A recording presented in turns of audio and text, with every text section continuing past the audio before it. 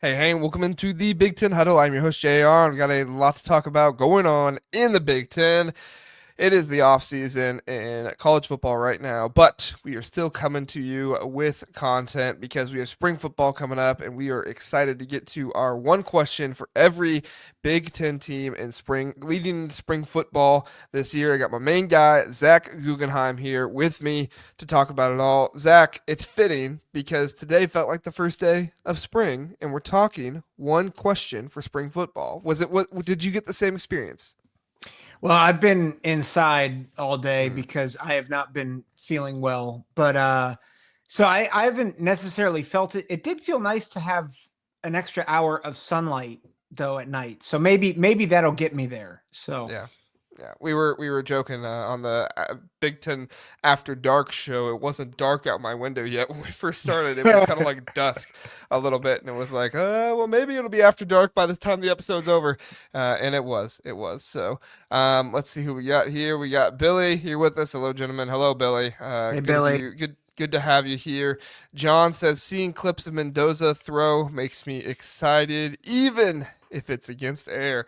John, we got a Mendoza topic for you today. Don't you worry. We got some Mendoza stuff I'm sure you'll be fired up about to talk about. In addition to our spring football questions, we got some news we're going to kind of try to rapid fire through. I say kind of try because every single time I say that me and Zach are going to do something quick, it turns into 10, 15 minutes. So we are actually going to try and be rapid fire tonight. We'll see. You guys grade us when we're done. We'll see how it goes, and then we'll get into our spring football questions. Zach, do you think we can do it? Yes, because I'm gonna try to be as brief as possible because I'm still feeling a little icky. So There you go. although that might mean that I end up being more long-winded. So we'll see. We'll see what Well, happens. if you get long-winded, we'll just mute you. How about that? There, See? that All right. sounds good. There we go. Just muted you. So you can't talk. I'm just kidding. Gotcha. We totally All just right. we totally just around the horn right We, there. we did. Oh, around the horn, it's gone. That's Oh, sad. Yeah, it's sad. And Billy Tuesday says, I'm excited, or I'd be excited about Mendoza. Yeah, I think Indiana fans have a lot to be excited about, and I'm gonna trump for him a little bit tonight, so that'll be fun to get to. Okay, Zach, let's talk about our very first subject, which is Indiana. Justice Ellison, the Indiana running back, retired from playing college football, or just football in general, and he's going to join Kirk Cignetti's coaching staff. I don't think this is like a big thing where I need to give hot takes or anything like that. I just saw it. It was kind of cool news. Wanted to bring it up. I mean, I think this is neat. Justice Ellison transferred in from Wake Forest. He's retiring from football. Kirk Cignetти is adding him to the staff. I think it just speaks to how much of an impression Ellison made on Cignetti, his first year there, and just made on the program and everything else. To get that job working on the coaching staff or on Cignetti's staff right away. It's really interesting. What are your thoughts here, Zach? yeah. Everyone who talks about playing for Cignetti last year, and we've listened a little bit to Mike Kadick, uh, has talked about how infectious that culture is, and I think this speaks to it. Like Justice Ellison sticking around, could have, probably could have gone elsewhere, probably could have gone back to Wake Forest. Instead, he decides to stay at Indiana. I think it speaks to what they're building there. Yeah, for sure. He's going to join the staff as a quality control for the running backs, which, nowadays quality control guys are more useful than really they've ever been because they can actually be on the field coaching with them. So a lot of guys that were in the room with, I think a lot of the guys I didn't check Indiana's roster before this. I apologize, but if there were guys on the roster last year, Ellison should be able to make an impact, not just playing with him last year, but now being a part of coaching him this year. So that's cool. So, all right, let's see. Doug says, good evening, fans of the best conference in college football. Doug, you got it. We are the Mm-hmm. best conference in college football. Mm-hmm. And John says Kadick is on Barstool now. I forgot about that. Yep. Kadick is on Barstool. Very cool. We got to see if we can get Mike Kadick on the show. Oh, I mean, yeah. Barstool is like big time, but he's still getting out. He's still getting into his into his career. Yeah. Yeah, sure. We'll offer him something big. Yeah. Yeah. Here's a cupcake. Come on the show. All right. Our other news is Mark Dantonio. Again, not really anything huge here, but I did think it was interesting. More than anything, I thought it was funny because SEC fans have been complaining about how many Big Ten people have been on the college football playoff selection committee because Mark Dantonio has now joined the selection committee. I like this route. I like that they're, it's not just like athletic directors, which, I'm respecting those people's opinions, but getting somebody who's a coach like Mark Dantonio, he's seen the progression of a team. He knows how much a big win versus a big loss means, that kind of stuff. Like, I like that he's on the selection committee. Maybe I'm overhyping it too much and he's just going to be another, dude that's there, but I like that he joined it. I always kind of liked Mark Dantonio, even when he was beating my Buckeyes and, squandering our national championship hopes. But he was a Tressel guy, always just seemed like a good stand-up guy. Had a little bit of trouble there at the end, but for the most part, I remember Mark Dantonio well, and I'm glad he's joining the selection committee. Yeah, really great coach. Great for college football. However, I will point this out, and actually I got to give credit to Kings of the North for pointing this out about one of these guys.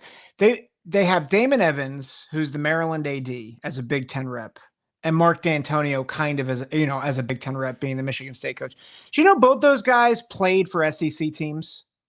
No, Mark Dantonio played for South Carolina, and Damon Evans played for Georgia. So, like, I don't know, like this and they've got SEC players on this thing. I don't know. I'm still a little skeptical that this is Mark Dantonio. I feel like has proven he's a Big Ten guy, but everybody else, I'm a little skeptical. Thank you. I am very thankful that the committee is getting less and less ability to screw things up. That's all I'm going to say. That's an interesting question. Who is Mark Dantonio more, loyal to? Would it be kind of the Big Ten brand? He coached there. He was there for a long time. Or would it be where he played at in South Carolina? That's a very formational part of people's lives. And so does he hold a little bit more there? I think he's probably more Big Ten as well, but that's an interesting discussion. His entire coaching track has been in the Big Ten sphere. So I think the most southern he got was Kansas. So, but he was at Ohio State. He was at Ohio. I believe he was at Akron. He was the head coach at Michigan State for 13 years. And then he was also, I think, the defensive backs coach there for 6 years under Nick Saban. So, I'm actually I'm not trying to throw shade at Dantonio for that. It's just, it is interesting, though, that both the Big Ten guys actually had their playing days in the SEC. Yeah, that is interesting. All right, let's move on to Philip. I did see your comment. We did forget to add, crapping on the SEC to the rundown this time. Listen, if you want some good SEC, talking about the blatant bias of ESPN, go check out my video on the schedules. I honestly did not plan that video at all. I was just like, I'm going to hit record and go on a rant. And people liked it. So maybe I should just go on more rants. I don't know. Maybe that's the key here. If there's another rant in you, get me on it, because I'll either rant with you or I can be like, hold on, slow your roll. But yeah. I'll probably just egg you on. I was going to say, we'll wait till you're a little healthier. I don't know if my completely healthy rant versus your, maybe not feeling so well refereeing is going to be it's going to be the best matchup, but we're going to do our best. So probably. Yeah. Probably All true. Right. This was a little bit of old news, but Dan Lanning, he got a contract extension. He is now making nearly $11 million. I don't believe he passed Dabo. I think somebody said top 5. I believe he is 4th highest. If he's not 4th highest, he's the 5th highest paid coach in all of college football now. Some people questioning if this was the right move. Dan Lanning hasn't really won anything nationally. He did win a Big Ten championship this year. He did beat Ohio State in the regular season. I think that, that speaks for something. He's done a really good job of recruiting, really seems to know how to put a staff together, in my opinion. I think he's had one of the best starts as a young, first-time college football coach in history of college football. Like I said, one of the best. I'm not saying the best, but, going into a premier program and having success right away is not as easy as some people think. Like, you go back and look at the success people had typically the coach that follows them does not have as much success or does not do as well. And I think Dan Lanning has done a pretty good job. Obviously, you'd like to see more, and the fans would like to see more than just a first game exit out of the playoffs. But I think this was deserved. What do you think, Zach? I mean, it places him fourth, right ahead of Steve Sarkisian, and right below Dabo, Ryan Day, and Kirby Smart. Like, and for anyone saying that he doesn't deserve it, I'm just going to ask you the simple question: who should have more based on that list? Like, Sark. So you said he's fourth, right? Review that really fast. You said he's fourth behind Dabo. Well, not in this order, but Dabo, Day, and it is Smart. That order. It's that order. Oh, okay. So you've got 3 national championship head coaches, the only active ones in college football. And then behind him, you have Sark at 5th, Lincoln Riley at 6th, Kalen DeBoer 7th, Bill Belichick 8th, and Brian Kelly 9th. I'm like, he's definitely better than Brian Kelly. Yeah. I mean, Brian Kelly's not even a top 10 coach to me. I'd rather burn my program down than have Brian Kelly. Okay, not exactly, but still, it's close. Okay, it's close. Yeah, he's better than Brian Kelly. I really think probably the only one that's going to rival him up there, and I don't think his salary is public. I don't think you mentioned it there, but Marcus Freeman, he's probably up there for 4th or 5th as well with him. Obviously, Kalen DeBoer made a national championship 2 years ago, but what do you think? Marcus Freeman, it is public. He's tied for 10th at $9 million.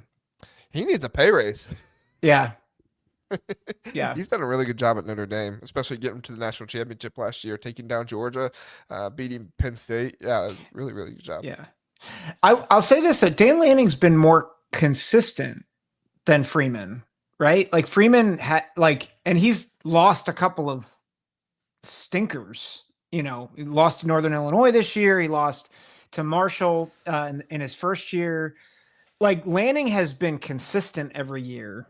And you can make an argument that he got a bad draw having that much of a layoff. I don't necessarily subscribe to that, but fans believe it though. I mean, they believe it, and that's all that really matters. Like, that's their coach. Yeah, and I think Kalen DeBoer is the only one I say maybe, and even that I'm like, Kalen DeBoer had one phenomenal season at Washington. Yeah, and he did do a really good job at NAIA. He did a good job at Fresno State. He was a really good offensive coordinator at Indiana. But I see what you're saying. It's not like he's had the sustained success of going to the playoffs every year and stuff like that. Yeah. Well, and I think when you're getting to this point, you're if you have to nitpick this much, it's a good place to be. If I'm just being honest, at that point, the value is truly more it's more about how much do they not want to lose you? How much do they think we can't afford to lose this guy? And right now with Phil Money funneling as much money as he is to Phil Knight, as much as he should be called Phil Money at this point. With as much money he's funneling in, I know some people just say it's like a machine, and I get that, but I don't think Phil Knight just funnels all that money in for anybody. I think he has to believe in the head coach, and he does believe in Dan Lanning. So that's another part of this coaching gig that people need to be aware of is NIL, raising and that kind of stuff. That's a part of college football coaching now. Yep. So. Yep. All right. Let's see. Let's do Nebraska to hold a skills competition in place of their spring game this year. That's really interesting that Nebraska is going to go from, saying they weren't going to have a spring game at all. Now they are going to be doing something. Sounds like it's more kind of skill competition, 7-on-7 games. Former players who participate in various competitions there. So I think it sounds like they're still going to have fans in the stands and do it kind of that way. Won't be as serious as maybe it was at all. But to me, I like this. You're getting the fans in there and you're putting something on for the fans. In some ways, this could be better than a spring game, right? Obviously, there's going to be some people who have problems with it because it's not what the tradition is. And I get that. I'm somebody that I don't harp on losing tradition too much on here just because I don't think that's what people want to hear a ton of. I think every now and then mentioning it is good, but Like, I don't personally want to listen to a podcast where a guy just goes on and on for 10 minutes about how much college football sucks. Like, I'd rather look at see, what's going well here. And Mm-hmm. if I have to be honest, like, I don't love this idea from Matt Rule, but I can see the benefits of it, and I think there are some positives. Yeah, I mean, your point is valid. You get fans in the stands, and that's what the spring game was always about, right? So you're getting the fans in the stands. They're doing football related stuff. There's other stuff going around with it. They're giving fans an opportunity to get a tour of the facilities if you pay top dollar, right? Like 50, I think it's $50 versus the 10. So I think it's a win. And I think some people are upset with Matt Rule because it's Matt Rule in Nebraska. And so I've heard people be like, well, it's the same old preseason Nebraska and Matt Rule's doing anything but winning games. And it's like, dude, like, be quiet. Like, this is good. Like, for what you just said about, we don't harp on losing tradition. One of the beautiful things about this new era is there are coaches that understand the spirit of college football and they're creating new traditions. So I think it's great. Yeah, I like I said, I think there's positives to it. I don't love losing some of the traditions, but Yeah. I think it's going to be fun, and I think the fans will have a good time with it. And yes, Philip, you are correct. A skill contest with fan interaction, that's going to be fun. And I think I read a women's flag football game, exhibition flag football game. So, kind of a little bit of high school stuff there. The powder puff stuff like that. Maybe I thought it was played. a soccer game. Oh, soccer game. I think it's soccer. I think it's actually their an exhibition with the varsity soccer team. I could be wrong. This says women's flag football exhibition. Oh, so well then forget what I read. Yeah, so. I could be still. Oh, I'm not saying forget it. I'm saying so. No, I might there will still be something delirious. women's. There will be something women's. Women will be involved in the spring showcase. So there you go. There we go. We got Doreen here. Hey, Doreen, thanks for being here. She says she's looking forward to the spring showcase. I am looking forward to see what it is. I do want to say I'm looking forward to see what it is. I'll be honest. There's aspects of it I don't like, but I am trying to be positive, and that's what I will be. So thanks for being here, Doreen. Thank you. There you go. Doug, right there on it. Have you tapped the thumbs up yet? Hit the thumbs up button. Give us that like. We appreciate it. All right. There was another comment I wanted to get to, but unfortunately, I think I missed it. Zach, we're gonna have to skip the one. We'll go back to it as I make the graphic here, but I accidentally deleted the graphic, so I gotta reload it. So we'll go back to it here in a second. First, we'll talk about that's what it is. I combined the two graphics by accident. All right, so pay no attention to the bottom part of the graphic. Just look at the top part, and then we'll get to the bottom here in a second. College football quarterback power rankings. Tom Fornelli of CBS Sports does quarterback power rankings all year long. So his pre-spring quarterback power rankings, he goes with the top 10 of Arch Manning, Cade Klubnik, Carson Beck, Drew Aller, 4th, Sam Levitt, Garrett Nussmeier, Lenora Sellers, Sawyer Robertson, Rocco Beck, and DJ Lagway at 10th. Zach, no mention of Fernando Mendoza, no Luke Altmaier here. I gotta be honest, there's a couple guys on here. I'd be putting those two guys over in this situation, but that's not my biggest issue with this list. Can you guess my biggest issue with this list? Is it Carson Beck? Well, that is my second biggest issue. It's big, don't get me wrong, but I have a bigger issue. Is it Arch Manning? Yes! What in the world? Really? We are getting to this level of SEC bias that we just think, oh, yeah, 5-star recruit coming in, he's going to start. So, you're going to do that and say, oh, well, he ran the ball a little bit at Texas these past few years, and he got it a little bit and played. I don't get it, man. I don't get the Arch hype to this point. Why are we power ranking guys number one who have hardly played? I get it. He's got a good recruiting ranking, and if he earns it through the season, give it to him, but man, that's not what power rankings are. Power rankings are look at the guys who've played and give them their props, right?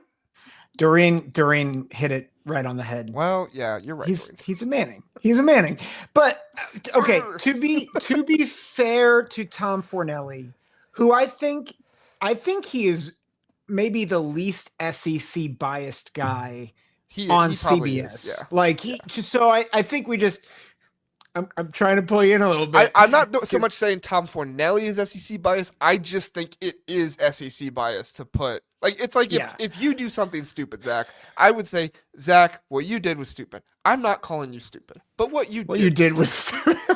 Like that's fair. My dad told me that one time. I was bringing in the groceries one time, and the bag opened and dropped on the ground. And my dad said, "Well, that was stupid." And I was like, "Oh, you think I'm stupid?" He said, "No, I didn't say you're stupid. Just that what you did was stupid." And I was like, "Oh, that's a good point. Okay, I can use that." Anyway, I'm going off on a rant now. Yeah. Your thoughts. So I think the issue, and people are bringing it up too with Drew Aller a little bit. I think returning quarterbacks for the most part are fairly weak. So the fact that Carson Beck is third, it tells you a lot, because I don't think Carson Beck had a great season, right? Well, I don't think he did not have a great season. Yeah, he did not have a great season. He was mediocre with a capital M. And Cade Klubnik I think he's gotten a lot better. I would probably have him at 1. And because of the mediocrity of the quarterbacks in this list, I can understand why Arch is 1. But if you're going to have Arch 1 and you're going to take a very small sample size, then you also need to have some other up and comers on this list. Guys like Mendoza, guys who are steady like Altmaier, guys who are not proven but have a lot of potential like Julian Sayin and Dante Moore. Right? And so I think the issue with the list with me is just inconsistency, which I think it's just hard because, even he does it a little bit with DJ Lagway, because everybody's on everybody, at least at ESPN, thinks DJ Lagway makes, Florida a top 10 team, even though they have 5 losses. Yeah, I heard that a couple times last year, and you and I went off about that as well. Yeah. But so I can understand the Arch hype. I think what makes it problematic is that the way this list is constructed he's just a little inconsistent with it. Yeah. Yeah, no, I agree. And Billy Tuesday says, I don't get Aller at 4, given how he's played in big games. Aller to me is one of the most difficult ones because he really didn't have the receivers, but he does show off a good arm at times, but then sometimes the decision making as well. I've always had a hard time with Aller though. Aller's from Ohio, and I want Aller to be good. So sometimes I kind of hype Aller up a little bit, and then I watch him in a game, and I'm like, it's frustrating to me. So if I'm being completely honest, I'm probably a little biased toward Aller, and sometimes I try to not feed into that bias, and then sometimes I do feed into it. So my opinion on him is like all over the place sometimes. Yeah. Kind of like his footwork. Well, yeah, that good point. Jeff says, which Jeff has been on the show before. You'll see Jeff again here soon. I'm just going to tease it a little bit that way. He says, isn't this a pretty darn weak group in the first place? Yes, Zach said what I was thinking. I mean, I don't want to disparage him too much, but you and I previewed the Arizona State Texas game last year, and we said Sam Leavitt to us was not a game changer. Now, I think he proved us wrong in some ways in that game, or at least I said it. I don't know how much you said it, but I think he proved us wrong in some ways in that one, but I still think Cam Scadaboo was kind of the game changer of all in that one. So, I'm not trying to disparage Sam Leavitt here, but if Sam Leavitt, who couldn't even win the job at Michigan State 2 years ago, started his first year at Arizona State last year, is your top 5 quarterback power rankings for next year? It's weak. Yeah, that's kind of a weak group to me. Yep. So yeah. And I will say Altmaier and Mendoza were both honorable mentions. Fornelli says that they were honorable mentions with Avery Johnson, Kevin Jennings, and Diego Pavia.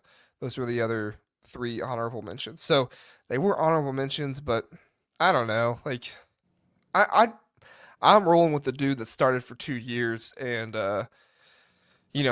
gave his team some really good play. I'm rolling with Altmaier over Lagway. I know that's probably crazy to say, and some SEC people are gonna try to kill me for it, but yeah. Well, even Robertson and Rocco Becht. I can understand Becht to a degree, but I don't know. At Robertson, like, Yeah, Mitch is saying, who is Sawyer yeah, Robinson? The eh, Baylor quarterback. That's yeah. the And best I then got for you. Lenora Sellers. I mean, Altmaier just beat Sellers. Yeah. And, like, I get Sellers again. Sellers has a higher ceiling. I don't think that's debatable.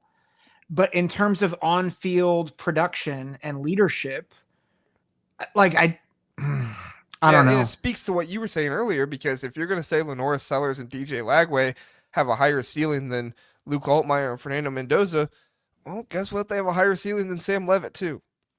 Sorry, but Yeah, it is what it is, you know? yeah, And also, yeah, too, like, at what point are we going to acknowledge, and I don't like to do this to other conferences because the SEC has done it to other conferences for so long, and I don't want to turn it into the SEC, but at what point are we going to look at the Big 12 and say, they just don't have very good defenses? Like, so of course Sam Levitt is going to look great. Of course Sawyer Robertson and Rocco Bex are going to look great. There's not a whole lot of great defenses in the Big 12. Luke Altmaier, Fernando Mendoza didn't play in the Big Ten last year, but like Luke Altmaier last year, he played against top tier defenses yeah, all season long. yeah. So Philip makes a good point though. Beck is showing up in big moments, especially against Iowa, like the yeah, he Iowa did have a good Hawkeyes. game against Iowa. So like, we're talking crap about Big 12, but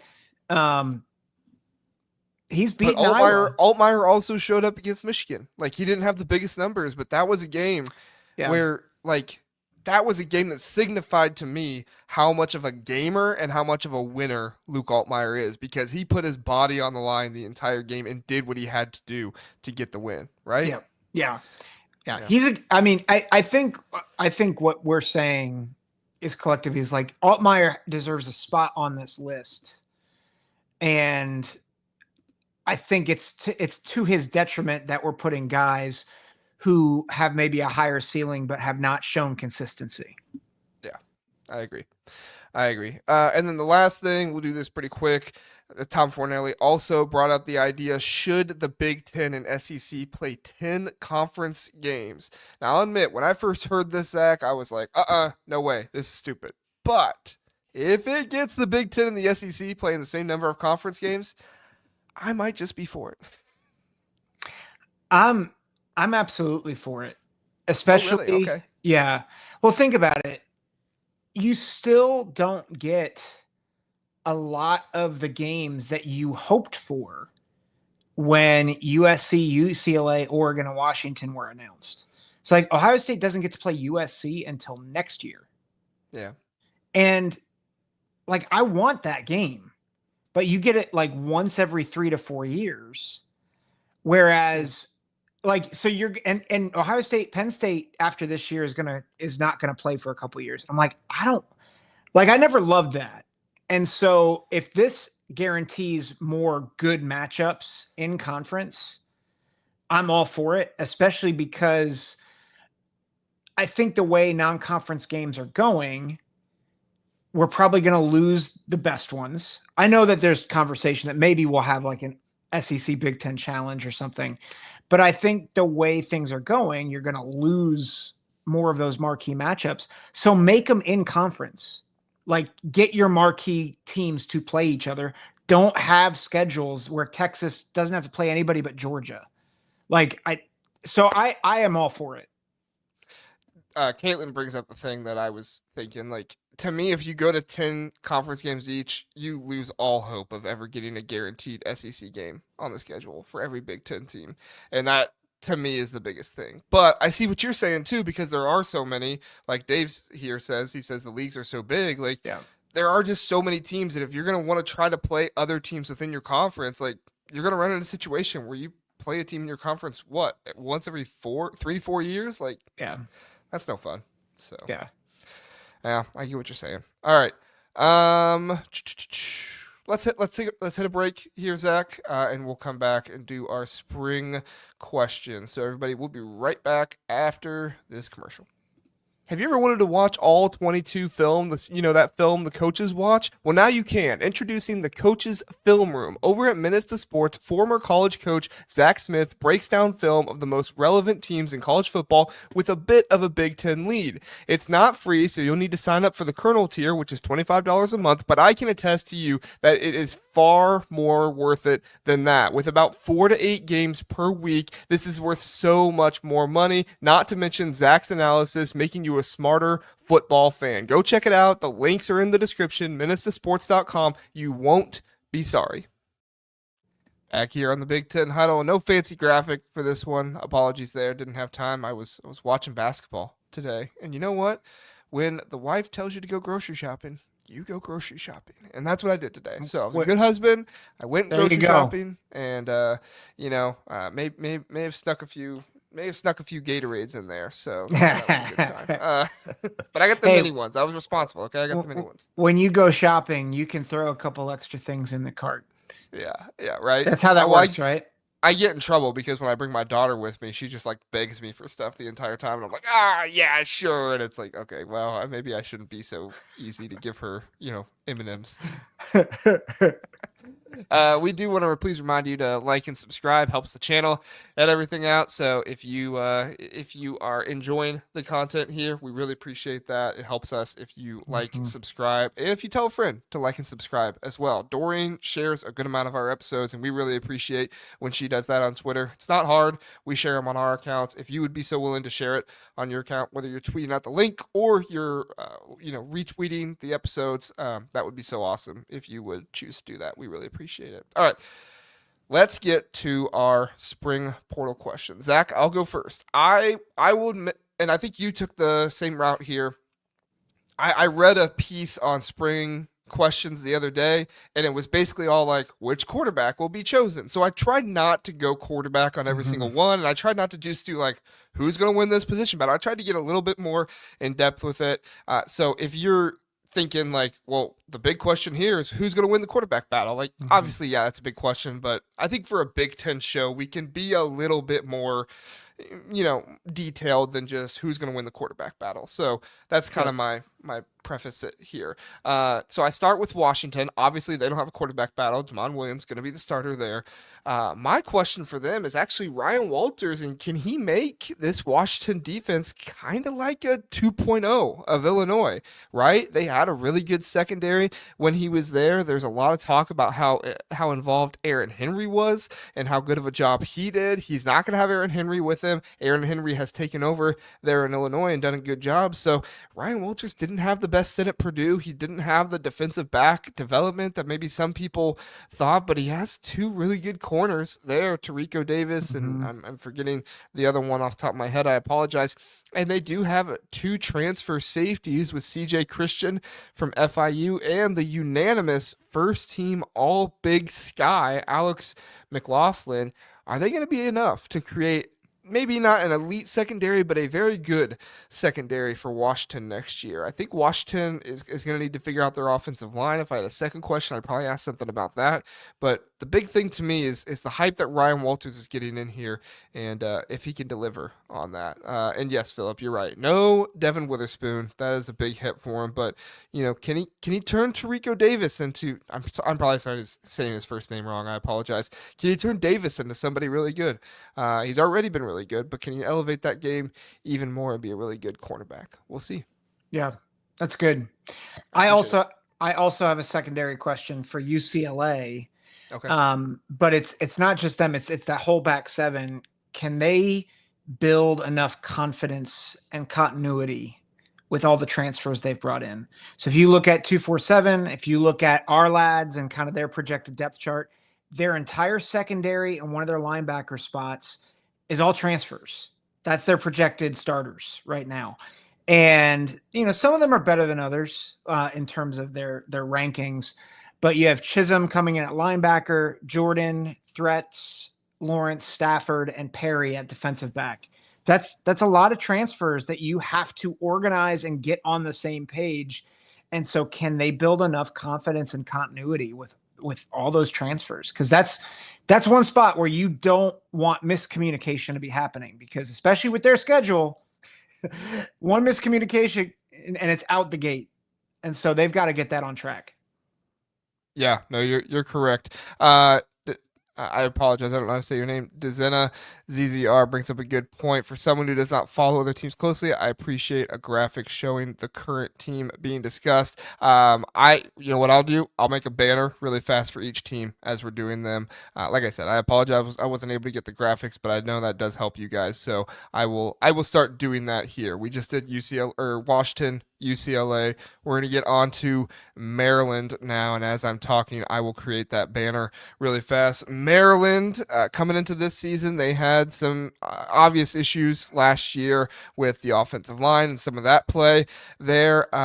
That's going to be my question again this time, though, is the offensive line for Maryland. They were supposed to return Andre Roy from last year, who got hurt, but he left the program at the end of February, so they are without him in spring ball. It's going to be really interesting to see how they put this offensive line together. They brought in a couple tackles from the transfer portal. We'll see how that works out for them. They've done an interesting thing this year. Hal Hunter is coaching the tight ends and the offensive tackles, so he's kind of going at those guys who are on the edge a little bit more. I think it's an interesting idea. I don't know if it'll work out super well, but Mike Locksley kind of does things his own way a little bit sometimes. So Mm-hmm. we'll see if that helps him. I mean, you've had offensive line issues at Maryland for a while now. I can't fault the guy for trying. Look at me saying something nice about Mike Locksley. Can't fault the guy for trying something new. But we'll see how it works out. They are returning from their projected offensive line without Roy.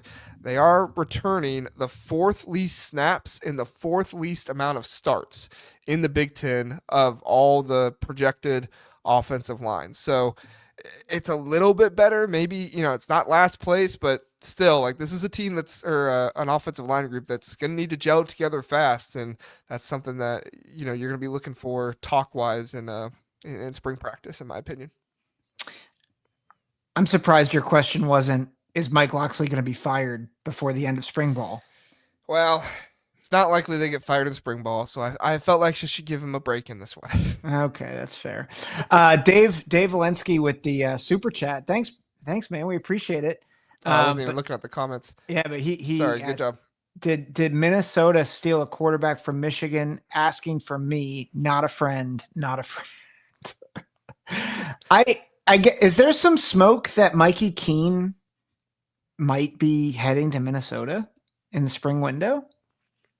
Maybe. I don't know. I hadn't heard that yet. I'll be honest, I didn't see that. If it does happen, I honestly would not be super surprised. Like I told you, I think the Bryce Underwood hype is real, and I didn't know if second year for Drake Lindsay was going to be the year. I kind of wanted to give him another year, see how that goes. But and it's not because I'm not a Drake Lindsay believer. I saw what happened when they went to Athen Kaliak Manis too early. If you go to Drake Lindsay too early, could that hamper his career? You know what I'm saying? So Yeah, Dave's here saying they picked up Brady Hart, and maybe Brady Hart. Okay, Gotcha. Yeah. Yeah. But if they tried to go after somebody else, I wouldn't be surprised. But there does seem to be a lot of hype there for Drake Lindsay, so he's probably going to be the guy. We'll see how it works out for him. Hopefully, he's better than I think Kalik Manis was there. Yeah. Which, if he has a better relationship with his offensive coordinator, he probably will be. Sounds like that was one of the biggest issues that was there. So. Yep. Yeah. All right. So speaking of the team up north, it's funny. We're kind of similar in our, at least so far, because you went secondary, I went secondary, you went offensive line. My question is the offensive line for Michigan, because I think they bring back a number of starters, but they weren't particularly good. They did start to gel a little bit more at the back half of the year, but they still weren't scoring a lot of points. And even if Underwood is the uber recruit that everybody thinks he's going to be, he needs an offensive line to block. And I want to see, can they take that year 2 leap like they did when Sharon Moore was the offensive line coach? Like, can he get them to gel and be the dominant smash unit that we're accustomed to seeing? I do think he's probably going to get more involved. Don't you think? Like last year, the way it went with him, he got more involved with play calling. I think by the end of it, he was pretty much calling plays himself. I don't know if that was ever publicly said, but sure seemed that way. But yeah, I mean, if he was able to get into it like that with calling the plays, I tend to believe with the way the offensive line was last year, not that it was terrible, but it just wasn't up to his standard. Like tend to believe he's probably going to get in that room and help out some more. Not take it away. They got a good offensive line coach, but just get in there a little bit more and work with him. Mm-hmm. So yeah, all right. yeah. We'll go straight from Michigan to Ohio State. And you know what? I'm going to go really simple here with this one because I really do believe it is the biggest question of the spring portal or the spring practice for Ohio State. And it's Julian Sayin.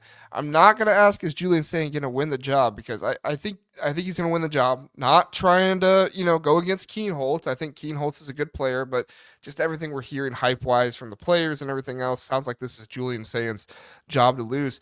My question about Sayin is can he be the leader, right? Mm-hmm. I mean, freshman this last year, I think he's a redshirt freshman again, or a redshirt freshman if he's not. He's a true sophomore. That's really young to come in. You just had the leadership of Will Howard. Ryan Day raved about that all season long. He's still raving about it and how well he did leading this team.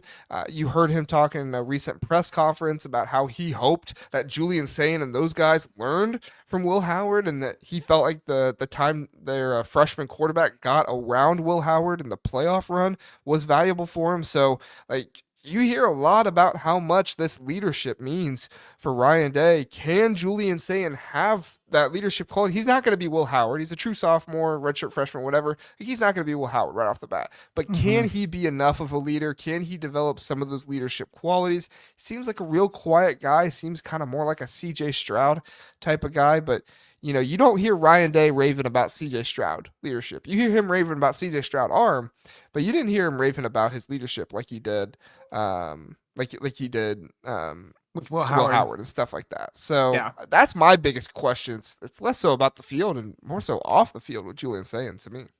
Yeah, no, I think that's a good one. Just front of the show, Sonny Verma says, hit the like button for the two most handsome men in college football. We appreciate that, Sonny. We have a conversation with Sonny coming out tomorrow night that he and I had kind of dissecting 2024 Illinois. So he's the Locked On Illini. I don't know how to say person. Host. There we go. Host. I can talk. But it was a great conversation. That's what you are, Zach. You are a host as well. I'm a host. That's right. I'm the person. You're co-host. But yeah. I'm the co-person. But yeah, so check that out tomorrow night. I think that's good though with Julian Sayin his leadership. I think that's a big one. And again, speaking of leadership, going to Iowa, I have a question about who steps up as the defensive leader. They lose Higgins, they lose Castro, they lost Cooper DeJean the year before. So who's really going to step up and lead this defensive unit, right? Is it going to be Xavier Nwampa? Is it going to be either Herkett or Graves on the defensive line? Is there a linebacker that's stepping in that's going to really take over the leadership of that defense? Because we can talk all we want about the offense with Gronowski coming in at quarterback and Tim Lester being year 2 and all that stuff. Let's just be real. If Iowa doesn't have a good defense, they are not going to be a threat in any way, shape, or form in the Big Ten race. Yeah, they're going to have a defense, and they're going to need a leader on that defense. Jay Higgins is not there anymore, and Nick Jackson, right? I'm getting that last name right. He's not there anymore, so yeah, they're going to need to find a new leader. Could it be Nwampa or somebody else? Yeah, that's a good one to bring up. We got Blue Wolverine here. He's got the side eye there emoji. I don't know. Did we do something to pique Blue Wolverine's interest? Maybe it was a Michigan offensive line talk there, Zach. Maybe just really peaking the offensive line talk there at Michigan. Hey, if they can elevate, I'll tell you, Jordan Marshall's going to be, if he has, oh man, the duo blocking, of him and Haynes together is going to be really special. Yeah, yeah, I keep forgetting to have Haynes. Yeah, it's a best backfield in the Big Ten. No, because Nicholas Singleton and Katron Allen exist. Yeah, and Penn State. They're more proven. They're more proven. Best to go into it. Yeah. We'll see at the end of the year. They're more proven. I have to give it to them. Yeah, no, that's fair. You're right. Yeah. All right. Next one, Minnesota. Dave, I gotta talk about your Gophers here in a minute. Listen, I could go really easy and talk about a number of things here. And I'm going to actually do this question in such a way that I'm going to talk about a couple different things because I have questions about a couple different things. Can the new players out wide, that's cornerback and wide receivers, make up for what Minnesota lost last year? Now, I think Minnesota's been slept on with some of the cornerback and wide receiver talent they've had over the years. They are one of the best at producing cornerbacks in all of college football, not just the Big Ten. Like, they are one of the best at producing cornerbacks. They've done a good job of developing their wide receivers. We haven't seen exactly that same success with wide receivers, but Daniel Jackson was a really good development. They've had a couple other guys before him that were really good. So for me, it's kind of like who's going to be that alpha wide receiver, that wide receiver one for whoever the quarterback is. Maybe Drake Lindsey, Zach Pyron, whoever it is. Is it going to be Javon Tracy? Is Malachi Coleman going to step up? I think that's going to be really interesting. And then you're losing two guys on the defense on the outside, and Justin Wally. We sang his praises all year long. Yeah. Him and Ethan Robinson, they're off to the NFL. You got some guys, the NC Central, Jalen Bowden, the cornerback coming in from there, and then Zaquan Bryan. He was a reserve player last year for him. Is he going to start? I mean, development here is going to be important for Minnesota here in the spring practice, and it's important because they've done a really good job of it before, and they kind of just need to keep that going. So most times you look at a weakness and say, we're questioning this here. I'm not so much looking at a weakness as much as can your strength continue to be your strength with pretty much all those guys leaving after this season. Yeah. Or this last season. Yeah. I feel like it's a great question because, and people don't understand just how good those guys are, especially Daniel Jackson and Justin Wally. I just feel like they've been slept on, I think, perennially for the past several years. And it's like, they're really good. And while I don't think they'll get drafted super, super high, they were consistent. They were playmakers. So I think that's a huge, huge question going into the spring. Yeah. Well, and the nice thing on defense is they have Coy Parrish behind them, which so good. Minnesota has done a really good job of, Tyler Newbin, like they've done a really good job of getting safeties as well. So, I tell you, just like, people have kind of come around to the Iowa development of players and stuff like that. People sleep on the Minnesota development of NFL talent. They are one of the top 5 teams who have not top 5. I think maybe it's top 6 teams with the longest streak of having a first or second round player drafted most years in a row. I think it's 5 or 6 years they've had that. So it's really impressive what Minnesota has done. Don't sleep on what PJ Fleck has been able to do.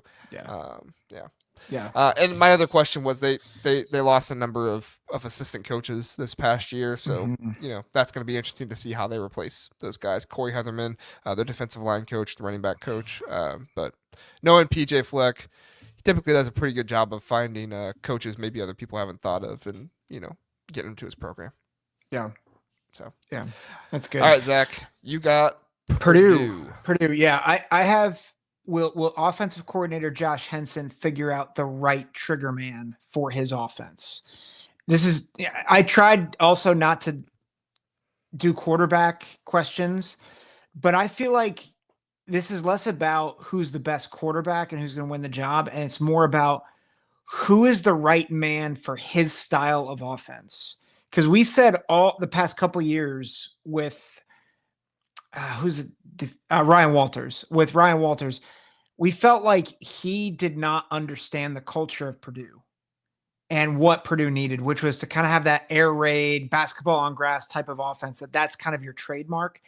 Well, Barry Odom he is a defensive-minded guy, but he brought in a really good offensive coordinator who has that type of blueprint in him, in Josh Henson. Came over from USC, wasn't the play caller under Lincoln Riley, but was very involved with that style of offense, and they know each other. They've worked together before. So there's a lot of good chemistry between the two of these guys. And so he's handpicked Josh Henson to figure out this offense. And it's going to be key. Do these quarterbacks do they know how to lead and navigate his style of offense, and who rises to the top there? Yeah, that's a great question for Purdue this season. We'll see what they can do. I mean, I don't expect Barry Odom to come in and pull a Kirk Cinetti and get him to the playoffs or anything like that, primarily because the schedule's pretty tough. But, Barry Odom, he's a good coach. Like, he's done well before. Kind of his bigger critique has been recruiting in some other cases. So if you can get a guy who can just bring in talent and develop it at Purdue, keep it around, you could have something pretty good there at Purdue. We'll see if he can do it. All right. Last one for me, and then we'll hit a commercial, and then we'll get back to it. Wisconsin. All right. Wisconsin here. I felt like I could have gone a number of ways, and honestly, 2 or 3 of the ways I was going to go were kind of mean toward Wisconsin, and I didn't want to do that. I feel like we've ragged on Wisconsin a little bit, just with everything going on. My question for Wisconsin, I don't think it's mean. I just think it's real. Who's going to be the playmaker on this offense? Yeah. Who is going to be the playmaker who brings them in and is able to do everything for them? They brought in a really good tight end, Tanner. I'm probably pronouncing this wrong. Koziel, how you pronounce it? I apologize. He was a senior transfer in, I believe, from Balls. No, I don't want to guess where it was. I apologize. I forgot where he transferred in from, but he's going to be a really good player for him. But Zach, my stance on tight ends. They can be very good players, and they can do a lot of really good things for you. I don't really think tight ends can be playmakers for you. I don't think they're involved in the offense most times enough. Now, Tyler Warren was kind of the, difference in that. But am I really going to expect this tight end who's a transfer coming in for Wisconsin to just be Tyler Warren? Like, Tyler Warrens don't pop up on trees. So maybe he can be a playmaker like Tyler Warren was, but I don't know. Like, if I'm Wisconsin, I'm looking at getting, Trey Kukahana. I'm looking at him. I'm looking at, can Billy Edwards do some things with his legs? Can Jaden Ballard be that deep threat for you that can really take the top off of defense and be special on the outside and make, maybe he doesn't make a play every single, drive, but he's somebody who can put together 1 or 2 big plays a game. You can just kind of rely on that to happen for him. That's probably my biggest question for Wisconsin. Who's going to be the playmaker on offense for him? Yeah. And they don't need a Jeremiah Smith. They need a Jared Abbrederis. They need someone who is Wisconsin good, because Wisconsin good often beats teams like Ohio State, right? Maddeningly. But they haven't had that in a while. Mm-hmm. Yeah, I agree. And Dave's right. The tight ends were not, they were not somebody you heard a lot from last year. It just wasn't a position of greatness, a position of strength for him last year. So it's going to be different having one in there. How do they utilize him? But we'll see. All right.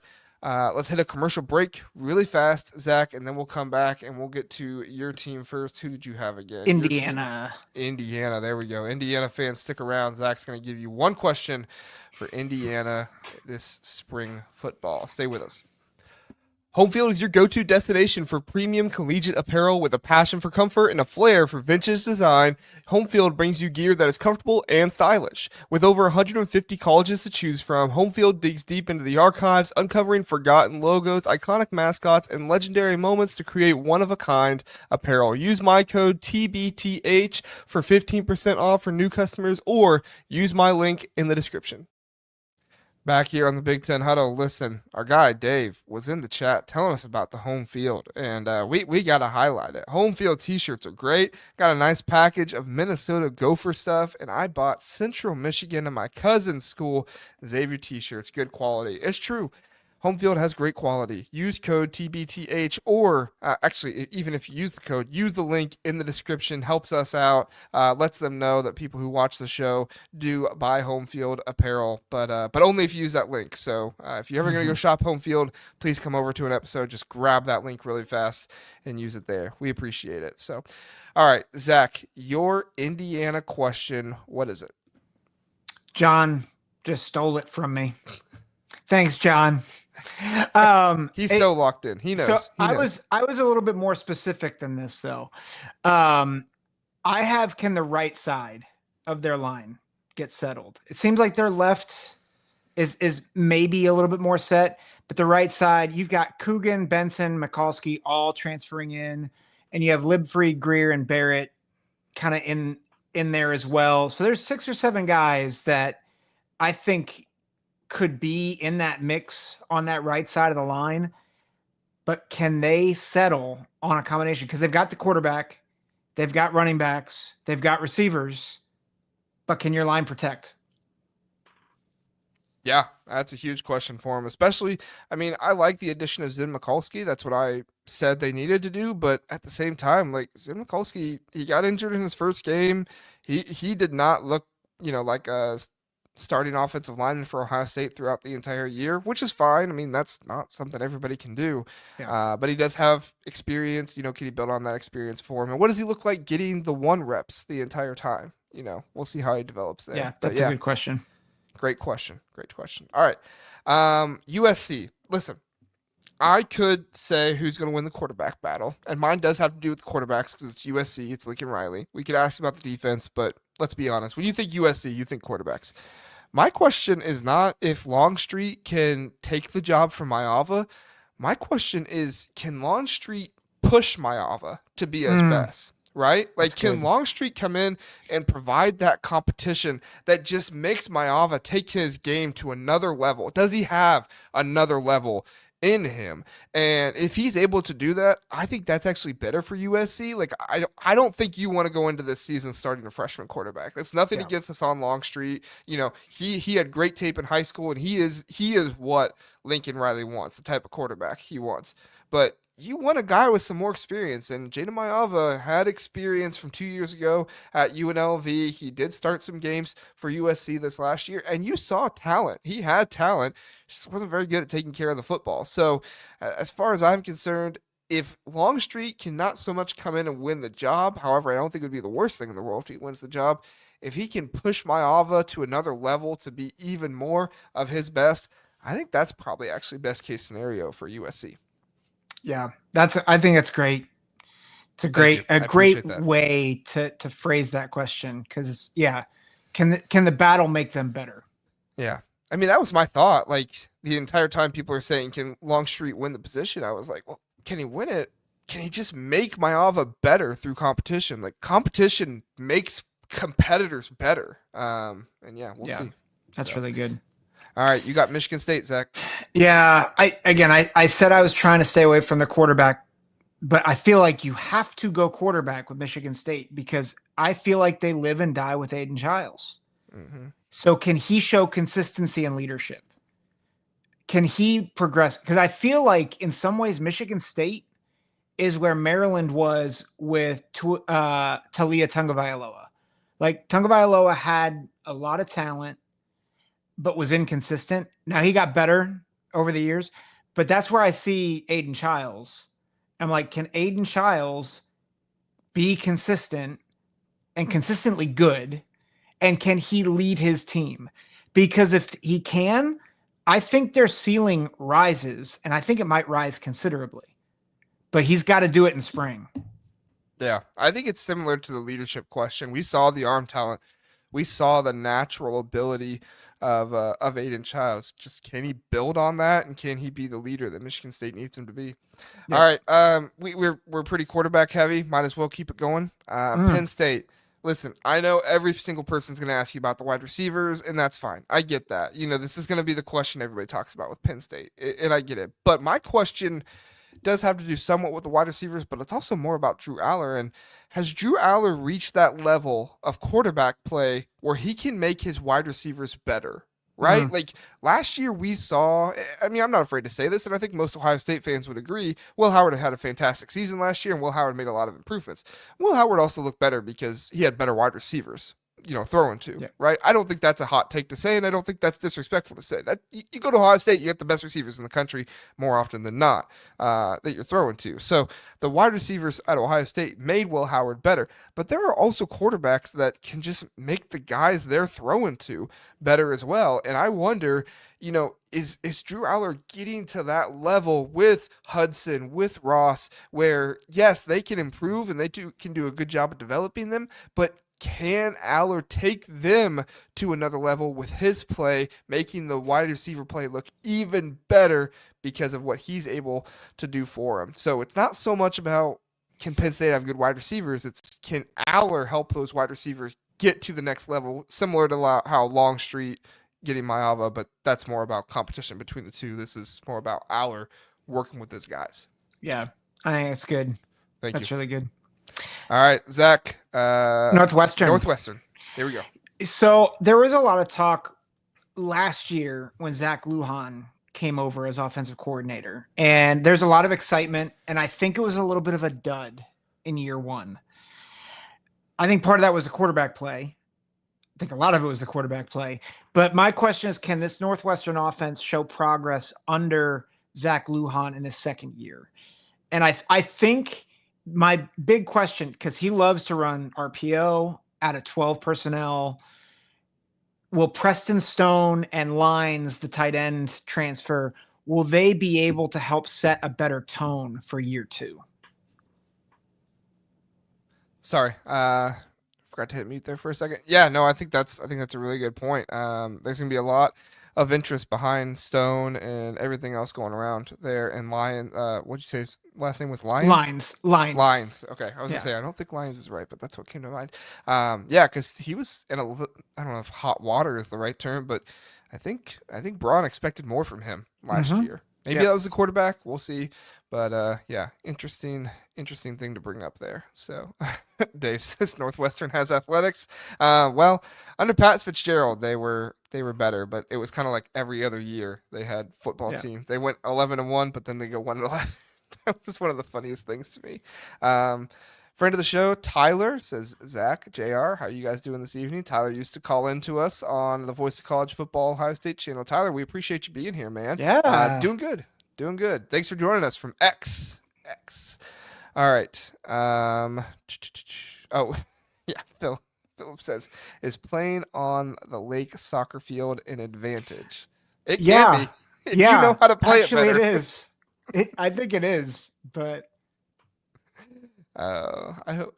Are we gonna see that again next year? I think we are, right? They're still in the building. I think it's one more year of it. One more.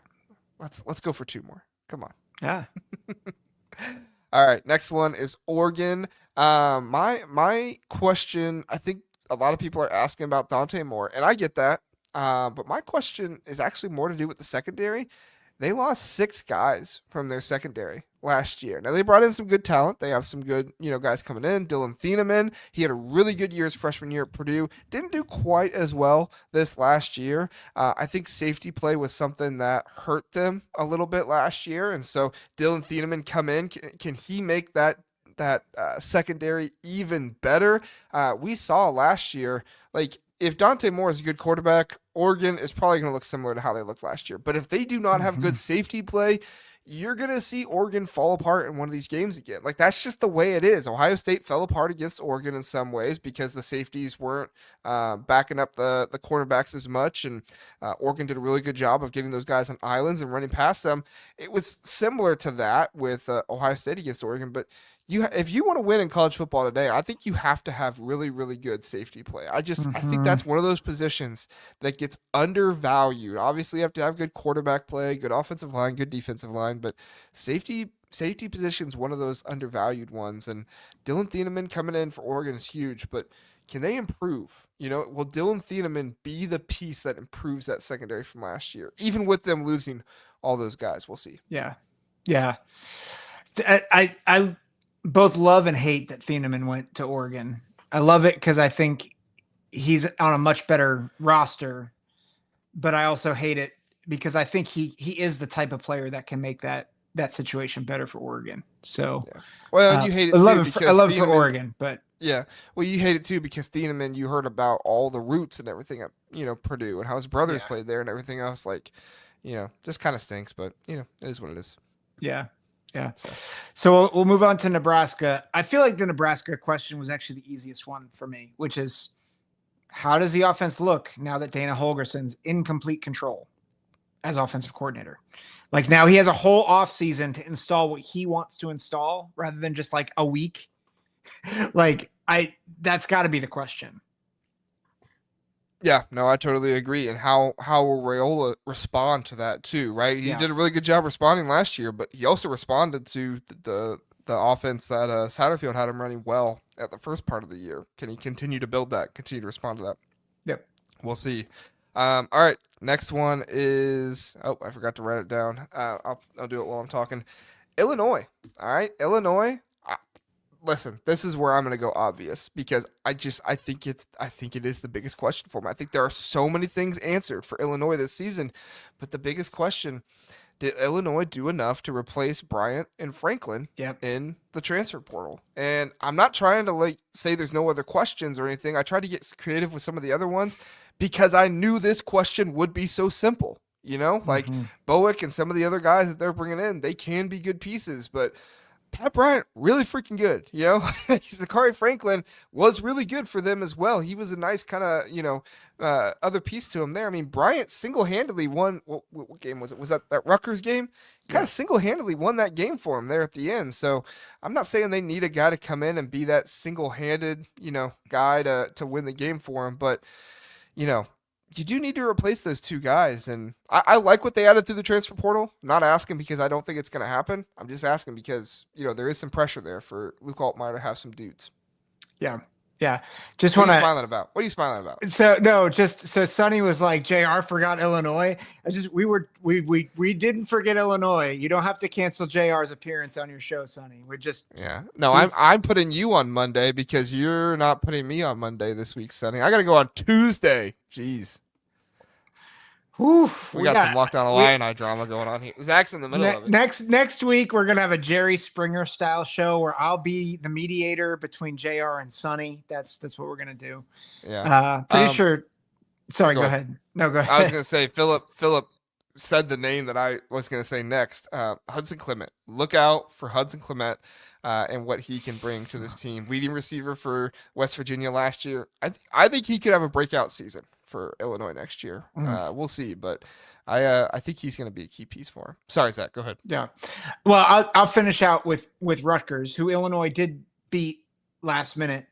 I feel like with all the defensive losses, my question is, can Mohamed Toure return to form and lead the Scarlet Knight defense? Now, I don't know if he'll actually get to participate in spring ball. I was looking around and I couldn't find anything. We'll have to ask our good friend Larry if he's heard anything. Like we know that Toure is coming back, and even if he's not participating yet, he can certainly be leading in the film room and in like off the field and stuff like that. But can he return to form? Because before injury, he was one of their best players. And then can he lead a team that lost a lot of key pieces? They lost Longerbeam, Lewis, Dixon, Powell, a lot of key guys who are really good players for them. And so can he lead them?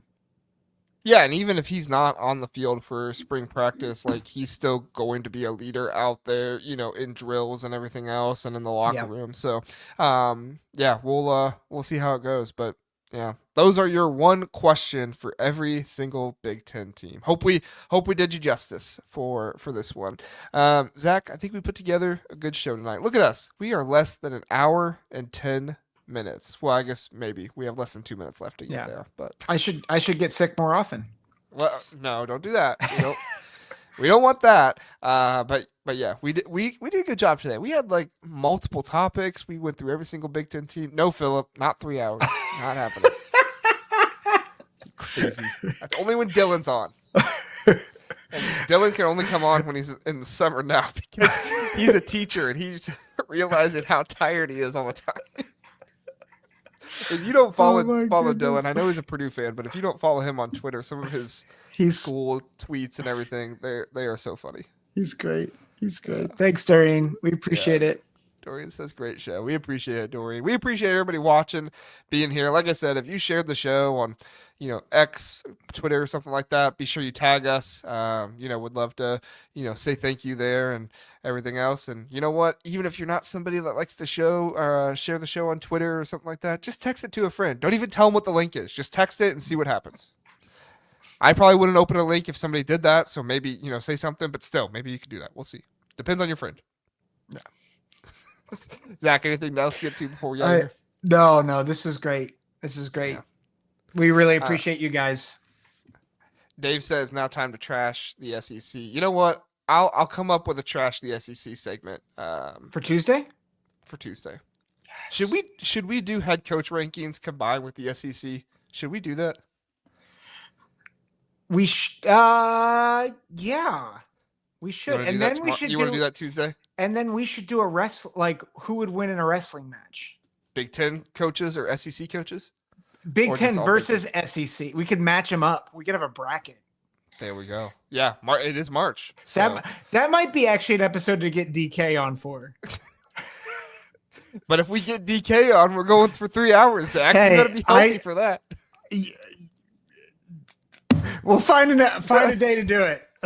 I will drink all the ibuprofen or all the Advil. I will take all the ibuprofen pills. Yeah. All right, we'll have something special for you guys. Dak and I will talk about it. We'll have something special for you next Tuesday, and we'll come to you next Tuesday with the date for our next call-in show as well. Meant to get that done, but I had an episode before this, so Zach and I didn't get to talk. But we'll come up with something. And Sonny, best in the business. Thanks again, gentlemen. Sonny, thanks, Sonny. We appreciate you. And yeah, check out Sonny tomorrow night, 9:00 on the football channel. Me and Jason Carmelo are going to be going live right after that on the basketball channel to do bracketology. And then we'll have another episode for you on Tuesday night, 9:00. There will be something in there about trashing the SEC. So God bless and go Bucks. Love it, Dorian. Thanks, everybody. See ya.